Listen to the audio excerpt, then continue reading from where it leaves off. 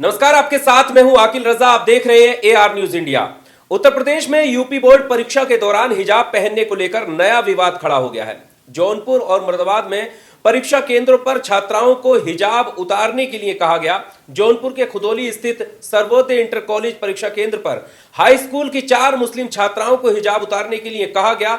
उन्होंने हिजाब उतारने से मना कर दिया और बिना परीक्षा दिए वापस लौट गई।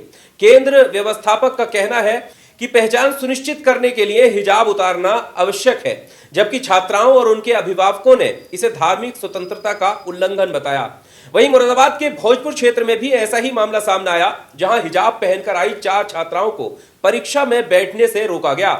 छात्राओं ने हिजाब उतारने से मना कर दिया और परीक्षा छोड़ने तक की बात कह दी। हालांकि बाद में DIOS के हस्तक्षेप से महिला शिक्षकों द्वारा जांच के बाद उन्हें हिजाब में ही परीक्षा देने की अनुमति दे दी गई। सवाल ये उठता है कि जब पहले कभी ऐसा नहीं हुआ तो अब अचानक हिजाब को लेकर इतनी सख्ती क्यों? क्या ये सिर्फ परीक्षा नियमों का पालन कराने के लिए है या फिर ये एक सोची समझी साजिश है जो मुस्लिम छात्राओं को शिक्षा से वंचित करने के लिए रची जा रही है? भारत एक धर्मनिरपेक्ष देश है जहां हर व्यक्ति को अपने धर्म के पालन की स्वतंत्रता है। दशकों से मुस्लिम छात्राएं हिजाब पहनकर स्कूल कॉलेज जाती रही हैं और परीक्षाएं देती रही हैं। कभी किसी ने यह सवाल नहीं उठाया कि उनकी पहचान सुनिश्चित करने के लिए हिजाब उतारना जरूरी है। अगर ये इतना ही बड़ा सुरक्षा का मुद्दा था तो पहले क्यों नहीं था? क्यों पहले की सरकारें और प्रशासन जो है इस पर आपत्ति नहीं जताती थी?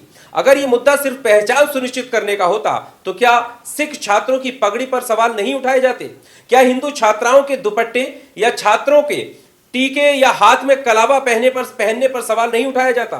क्या इस तरह के मुद्दों को तूल देकर नहीं लगता है कि ये पूरे देश में मुस्लिमों को हाशिए पर धकेलने की एक साजिश का हिस्सा है? हिजाब पहनना मुस्लिम महिलाओं के लिए धार्मिक आस्था और पहचान का प्रतीक है।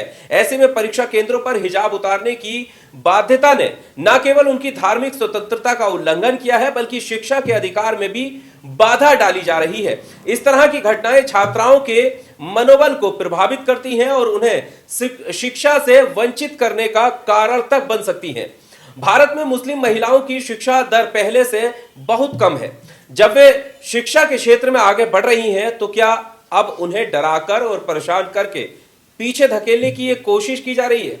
क्या ये बेटी बचाओ बेटी पढ़ाओ का सीधा साधा मजाक नहीं लग रहा है कि किस तरह से हिजाब के नाम पर छात्राओं को रोका जा रहा है, टोका जा रहा है या उन पर सवाल खड़े किए जा रहे हैं? और अगर जैसा कि शुरुआत में हमने बताया कि अगर हिजाब इतना बड़ा मुद्दा था तो फिर क्या पहले की सरकारें, क्योंकि बोर्ड के एग्जाम तो अब से नहीं, कितने पहले से ये बोर्ड के एग्जाम होते आ रहे हैं, शिक्षा होती आ रही है, पहले कभी हिजाब का मुद्दा क्यों नहीं उठा? क्यों अभी आकर हिजाब का मुद्दा उठ रहा है?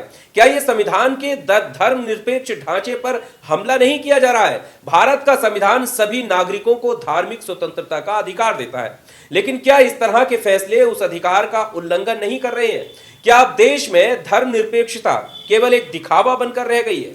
क्या अब धर्म के आधार पर नागरिकों को उनके अधिकारों से वंचित नहीं किया जा रहा है? आज मुस्लिम छात्राओं को हिजाब के कारण परीक्षा देने से रोका जा रहा है। क्या कल उन्हें कॉलेजों में एडमिशन देने से इनकार किया जाएगा? क्या आने वाले समय में मुस्लिमों को सरकारी नौकरियों, स्कूलों और विश्वविद्यालयों से बाहर कर दिया जाएगा?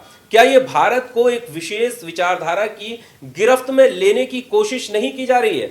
अगर ये धार्मिक भेदभाव नहीं है तो फिर परीक्षा केंद्रों पर यह फरमान सिर्फ मुस्लिम छात्राओं के लिए ही क्यों? ये लड़ाई सिर्फ हिजाब की नहीं बल्कि शिक्षा के अधिकार की भी है। आपको बता दें कि इस तरह की पूरी साजिश 2022 में कर्नाटक के हिजाब विवाद से शुरू हुई थी, जब उडुपी जिले के एक सरकारी कॉलेज में हिजाब पहनकर आई छात्राओं को कक्षाओं से बाहर कर दिया गया था। इसके बाद मामला कोर्ट तक पहुंचा और कर्नाटक हाईकोर्ट ने फैसला दिया कि हिजाब इस्लाम का अनिवार्य हिस्सा नहीं है। यही वे क्षण था जब दक्षिणपंथी ताकतों को मुस्लिम महिलाओं को दबाने और शिक्षा से वंचित करने का एक नया हथियार मिल गया। अब वही साजिश यूपी, बिहार और देश के अन्य हिस्सों में दोहराई जा रही है। अगर आज इस तरह के नफरती मुद्दों के खिलाफ आवाज नहीं उठाई तो कल इस तरह के मुद्दों को और ज्यादा हवा दी जाएगी। ये लड़ाई सिर्फ हिजाब के लिए नहीं बल्कि अपने संवैधानिक अधिकारों की है। इस देश में सभी धर्मों के लोगों को बराबरी का हक नहीं है या फिर यह देश सिर्फ एक ही विचारधारा के हिसाब से चलेगा? ये तमाम सवाल हैं। आपको इस खबर को लेकर क्या कुछ कहना है, हिजाब की जो राजनीति चल रही है उसको लेकर क्या कहना है, कमेंट बॉक्स में आकर अपनी राय जरूर दीजिएगा। शुक्रिया।